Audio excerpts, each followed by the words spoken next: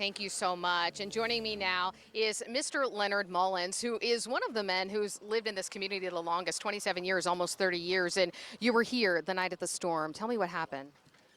Well, I went to bed and went to sleep, and I heard a crash about 12 midnight to 1 o'clock. Jumped out of the bed and went into the living or kitchen area, glass and debris on the floor.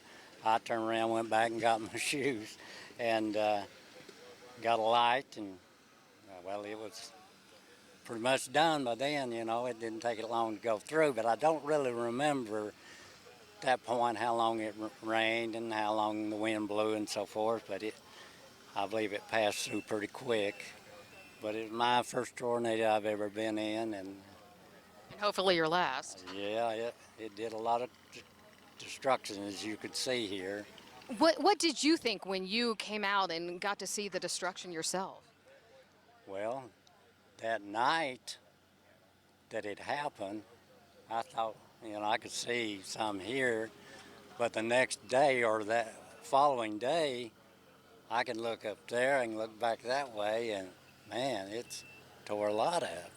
And you lost some neighbors and people you knew in this community. I know of four that I lost here in Laurel Trace.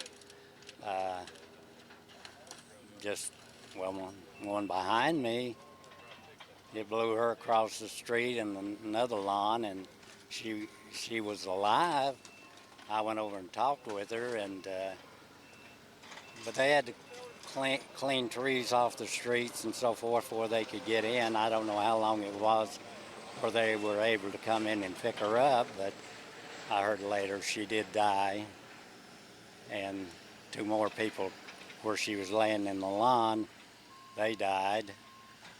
I believe I was told that they picked a vehicle up, their vehicle, and brought it across and maybe landed on them. I understood them to say that it landed on top of them and killed them. And